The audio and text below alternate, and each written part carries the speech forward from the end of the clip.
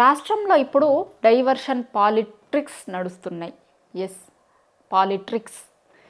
ఏ ఇష్యూనైనా సరే ఆ ఇష్యూ మీద చర్చ జరగకుండా ఇంకొక ఇష్యూ మీదకి మళ్లించడంలో కాంగ్రెస్ పార్టీ అంత సమర్థంగా ఇంకే పార్టీ పనిచేయదేమో అనిపిస్తుంది. కాంగ్రెస్ పార్టీ అధికారంలోకి వచ్చినప్పటి నుంచి వాళ్ళు అధికారంలోకి రావడానికి 6 గ్యారంటీలు 420 హామీలు ఇచ్చిర్రు. 6 గ్యారంటీలనైతే ఏం చెప్పిర్రు అంటే 100 రోజుల్లోగా కాంగ్రెస్ పార్టీ అధికారంలోకి వచ్చిన తర్వాత 100 రోజుల్లోగా 6 గ్యారంటీలు పూర్తి చేస్తాము అన్నారు. ఆ 100 రోజులు ఎప్పుడో అయిపోయినాయి. 6 గ్యారంటీలు పూర్తి చేసిర్రు 100 రోజులలో అంటే అర గ్యారంటీ కూడా పూర్తి చేయలేదు. వాళ్ళు చాలా గ్యారంటీలు ఇచ్చిర్రు. ఖచ్చితంగా చేస్తాం మేము, మాకు ఒక్క అవకాశం ఇవ్వండి అని. సరే, తెలంగాణ ప్రజలు నమ్మిర్రు. ఆ రోజు నమ్మి వాళ్ళకి ఓట్లు వేసిర్రు.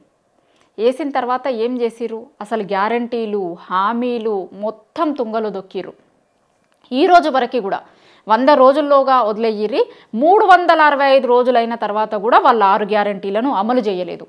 365 రోజులు కూడా అయిపోయింది. 14 నెలలు అయింది ఇప్పటికీ. వాళ్ళ అధికారంలోకి రావడానికి మెయిన్గా ఇచ్చినటువంటి హామీలలో, చెప్పినటువంటి మాటలలో రైతులకు సంబంధించినటువంటి ఇష్యూలు, రుణమాఫీ, రైతు భరోసా, బోనస్, ఇట్లా చాలా హామీలు ఇచ్చిర్రు. వాళ్ళ ఎన్నికల బహిరంగ సభలలో సాక్షాత్తు ఇప్పుడు సీఎంగా ఉన్న రేవంత్ రెడ్డి ఆ రోజు పీసీసీ చీఫ్గా మీరు అర్జెంటుగా బ్యాంకుల దగ్గరికి పోండి, 2 లక్షలు తెచ్చుకోర్రి, కాంగ్రెస్ పార్టీ అధికారంలోకి రాగానే ఏకకాలంలో ఎట్ ఏ టైం ఒకేసారి 2 లక్షల రుణమాఫీ చేస్తాము అని చెప్పారు.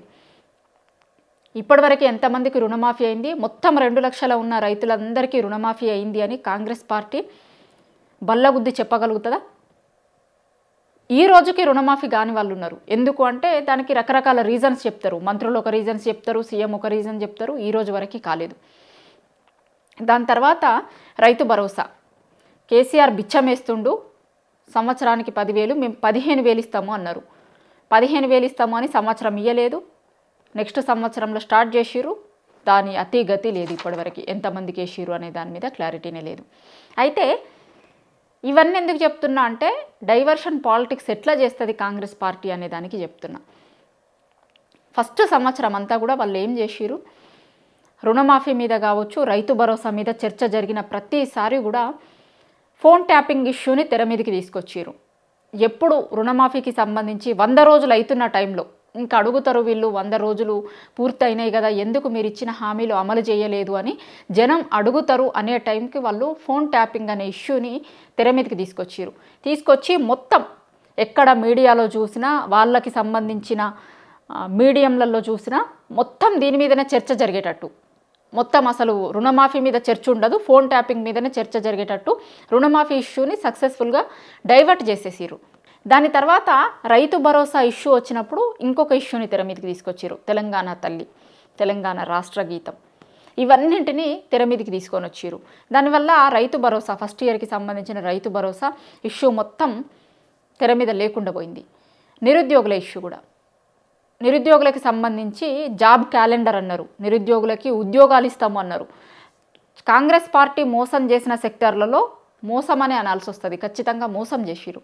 రైతులు, నిరుద్యోగులు ఇద్దరిని కూడా చాలా దారుణంగా మోసం చేసిరు. ఆ రోజు వాళ్ళు అధికారంలోకి రావడానికి మేజర్ ఫ్యాక్టర్స్ వీళ్ళిద్దరు కూడా, నిరుద్యోగులు కావచ్చు, అట్లనే రైతులు. నిరుద్యోగులకు సంబంధించి గ్రూప్స్ ఎగ్జామ్స్ మీద ఎంత పెద్ద చర్చ జరిగింది, ఎంత పెద్ద రచ్చ జరిగింది మనందరం చూసినాం. అశోక్ నగర్లో అర్ధరాత్రిలో వాళ్ళందరూ కూడా ర్యాలీలు తీసిర్రు, విద్యార్థులందరూ కూడా. ఆ ఇష్యూ అంతటినీ మనం చూసినాం. ఆ ఇష్యూ జరుగుతున్నన్ని రోజులు ఆ ఇష్యూని సక్సెస్ఫుల్గా పక్కకు జరపడానికి ఇంకొక ఇష్యూని తెర మీదకి తీసుకొచ్చిర్రు. ఆ టైంలో ఇంకొక ఇష్యూని డైవర్ట్ చేసిర్రు. నిరుద్యోగులకు సంబంధించిన ఇష్యూ ఎక్కడ కూడా చర్చలోకి రాకుండా దాన్ని వేరే దిక్కు సక్సెస్ఫుల్గా డైవర్ట్ చేసిర్రు. దాని తర్వాత ఇంకొక ఇష్యూ తెర మీదకి వచ్చినప్పుడు కాళేశ్వరం అన్నారు, విద్యుత్ మీద కమిషన్లు అన్నారు. ఇట్లా ఏదైనా సరే ఒక మేజర్ ఇష్యూ ప్రభుత్వం మీద ఒక చర్చ జరుగుతుంది, ప్రభుత్వం దీంట్లో ఫెయిల్ అయింది చెప్పి అధికారంలోకి వచ్చిన కాంగ్రెస్ పార్టీ మాట నిలబెట్టుకోవడంలో ఫెయిల్ అయింది అని ప్రతిసారి జనాలు ఐడెంటిఫై చేస్తుర్రు అని తెలిసిన ప్రతిసారి ఒక డైవర్షన్ డ్రామాకి తెరలేపిరు. ఇవాళ రాష్ట్రంలో 7 రోజుల నుంచి ఎస్ఎల్బీసీ మీద చర్చ జరుగుతుంది. ఎస్ఎల్బీసీ టన్నెల్ కూలి అది పాసిబుల్ కాదు, ఇంపాసిబుల్ ఎస్ఎల్బీసీని పూర్తి చెయ్యడం అనేది ఎంతమంది చెప్పినా ఏం చేసినా వినకుండా ఎస్ఎల్బీసీ టన్నెల్ని పెట్టి అది నా బ్రెయిన్ చైల్డ్ అని 20 నెలల్లో పూర్తి చేసి నల్గొండకు నీళ్ళు ఇస్తామని 2 షిఫ్ట్లలో పనిచేయించి కూలి పడుతుంది, మట్టి బిడ్డలు కూలుతున్నాయి, వాటరింగ్ చేయట్లేదు, అక్కడ డీవాటరింగ్ చేయట్లేదు, మాకు ఇబ్బంది అవుతుంది అని నైట్ షిఫ్ట్లో పోయి వచ్చిన కార్మికులు చెప్పినప్పుడు కూడా వినకుండా వాళ్ళని బలవంతంగా లోపలికి పంపి వాళ్ళతోని పనులు చేయించి 8 మంది లోపల ఇరుక్కొని పోయిరు. ఇవాళ వాళ్ళు బతుకుతారా చనిపోతారా అనేది ఇప్పటి వరకు తెలియదు. 7 రోజుల నుంచి మేము ఇది చేస్తున్నాం అది చేస్తున్నాం అనే టైంపాస్లు తప్ప ఇంకేం చేస్తలేరు. డెఫినెట్గా టైంపాస్ చేయడమే. ఎందుకంటే కోమటిరెడ్డిని చూసినాం కదా మనం, నిన్న మొన్న నుంచి సోషల్ మీడియాలో ఎంత పెద్ద చర్చ జరుగుతుంది. అక్కడ రెస్క్యూ టీమ్ని నేను కోఆర్డినేట్ చేస్తున్నా అని పోయి వీళ్ళు విందు భోజనాలు చేస్తుర్రు అనేది కొన్ని ఫోటోలు తిరిగినాయి, మనం అవన్నీ కూడా చూసినాం. నిన్న మొన్న నుంచి సోషల్ మీడియాలో చాలా పెద్ద ఎత్తున చర్చ జరుగుతుంది.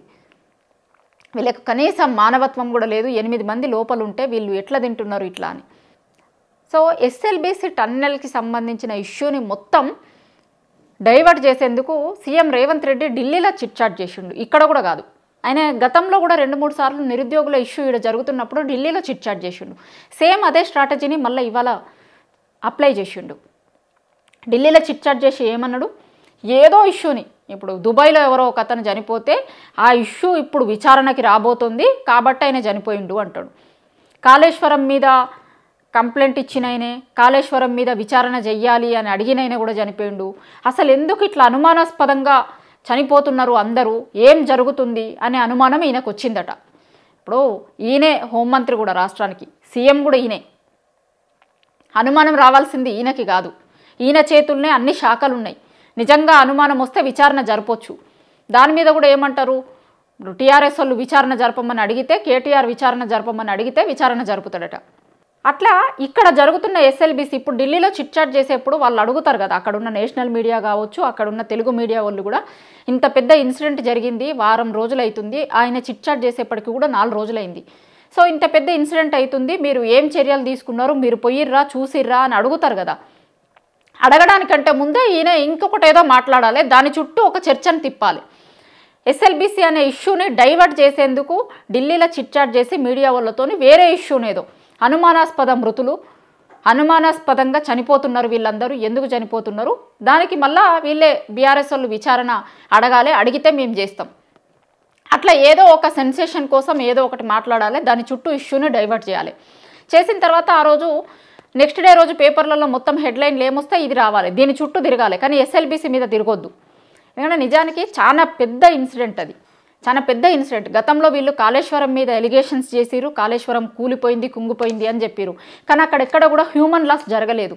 కానీ ఇక్కడ హ్యూమన్ లాస్ జరిగే అవకాశం కనిపిస్తుంది. ఎందుకంటే లోపల ఉన్న 8 మంది బ్రతికే అవకాశం లేదు అని, వాళ్ళు చనిపోయి ఉంటారు అని కూడా అదే కాంట్రాక్టర్ చెప్పిండు. జేపీ కన్స్ట్రక్షన్స్ ఎవరైతే ఆ ఎస్ఎల్బీసీ టన్నెల్ పనులు చేస్తుర్రో దానికి సంబంధించిన ఆ కాంట్రాక్టర్ చెప్పిండు నిన్న, డెడ్ బాడీస్ని బయటకు తీసిన తర్వాత మేము నెక్స్ట్ ఏం చేయాలి అనేది చూస్తామని. అంటే ఆయన చెప్పేసిండు ఆల్రెడీ చనిపోయిండు అని. 8 మంది ఒక ప్రాజెక్ట్ కింద చనిపోతే దాని మీద చర్చ జరగకుండా వేరొక ఇష్యూని తీసుకొని వచ్చి డైవర్ట్ చేసిండు మొత్తం ఇష్యూని. సో ఇవన్నీ చూసిన తర్వాత అర్థమవుతుంది కదా డైవర్షన్ పాలిటిక్స్ చేయడంలో ఎంత ఆరితేరిపోయి ఉన్నారు కాంగ్రెస్ పార్టీ. రాష్ట్రంలో జరుగుతున్న మేజర్ ఇష్యూస్ పైన వాళ్ళకి చేత కాక ఇక్కడ ఆగిపోయినటువంటి పనులు కావచ్చు, లేకపోతే వాళ్ళు చెప్పి అమలు చేయనటువంటి పనుల మీద జనం అడుగుతారు, జనం దగ్గర నుంచి రియాక్షన్ వస్తుంది అని అనుకున్న ప్రతిసారి కూడా ఏదో ఒక ఇష్యూని తీసుకొని వచ్చి డైవర్షన్ పాలిటిక్స్ చేస్తున్నారు వీళ్ళు. కాంగ్రెస్ పార్టీ చేస్తుంది మొత్తం కూడా తెలంగాణలో అధికారంలోకి వచ్చిన తర్వాత సీఎం రేవంత్ రెడ్డి చేస్తుంది మొత్తం కూడా పరిపాలన కాదు, కేవలం డైవర్షన్ పాలిటిక్స్ మాత్రమే చేస్తుండు అని అనుకుంటున్నారు తెలంగాణ జనాలందరూ.